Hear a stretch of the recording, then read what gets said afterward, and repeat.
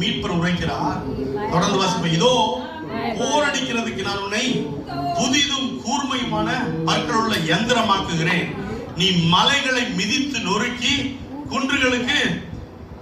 குன்றுகளை பதருக்கு ஒப்பாக்கி விடுவாய். அவைகளை தூற்றுவாய். அப்பொழுது காற்று அவைகளை கொண்டு போய் சுழல் காற்று அவைகளை பறக்கடிக்கும்.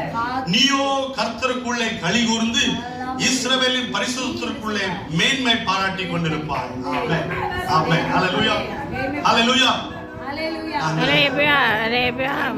Promise night service. பெரிய பர்வதமே நீ சமபூமி ஆவாய்.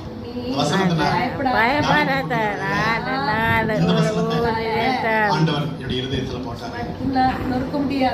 இதோ போரடிக்கிறதுக்கு நான் உன்னை புதிதும் கூர்மையுமான பற்களுள்ள யந்திரமாக்குவேன். ஆமென், ஹல்லேலூயா. இதுல என்ன பாக்குறோம்னா, ஆண்டவர் கூட இருந்து நான் உன்னுடைய தேவனாய் உனக்கு நாங்க சகாயம் நீதியின் பலவீனத்தினாலே தாங்குவேன் என்ன அவர் செய்தது. அவர் நம்மோடு செய்தது ஓட இன்னொரு காரியத்தை சேர்த்து அவர் இந்த இடத்துல சொல்றாரு.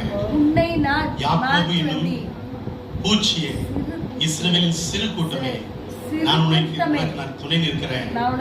ஒரு பூச்சி என்ன அர்த்தம்? ஒரு சத்துவம் இல்லாத ஒரு பிராணி இல்லையா? சத்துவம் இல்லாத ஒரு பிராணி. ஆனா அந்த சத்துவம் இல்லாத அந்த பிராணிய ஆண்டவர் சொல்லுகிறார், இதோ போரடிக்கிறதுக்கு நான் உன்னை புதிதும் கூர்மையுள்ள பற்கள் உள்ள யந்திரமாக்குவேன். ஹல்லேலூயா. பூச்சியா இருக்கிற நாம பெரிய மிஷனா மாறுவோம்னு ஆண்டவர் சொல்றாரு. ஹல்லேலூயா, ஹல்லேலூயா. யந்திரமாய் மாறுவோம். எனக்கு ஒரு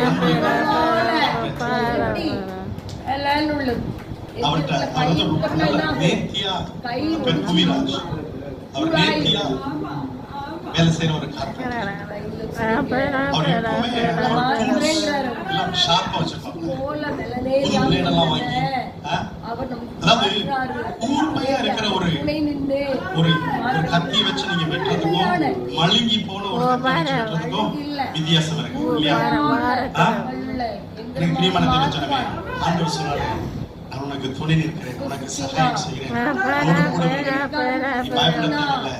உனக்கு எந்த பிரச்சனை வந்தாலும் அதுல நீ அதை மிதித்து போடும்படியா, நீ அதை நொறுக்கி போடும்படியா, புதிதும் கூர்மையுள்ள பற்கள் உள்ள எந்திரமாய் உன்னை நான் மாற்றுவேன் என்று சொல்லி தேவன் இந்த காலங்களில வாக்கு பண்ணுகிறார். ஹல்லேலூயா, ஹல்லேலூயா. ஒருவேளை பாருங்க, உங்க வேலை ஸ்தலத்துல அல்லது உங்க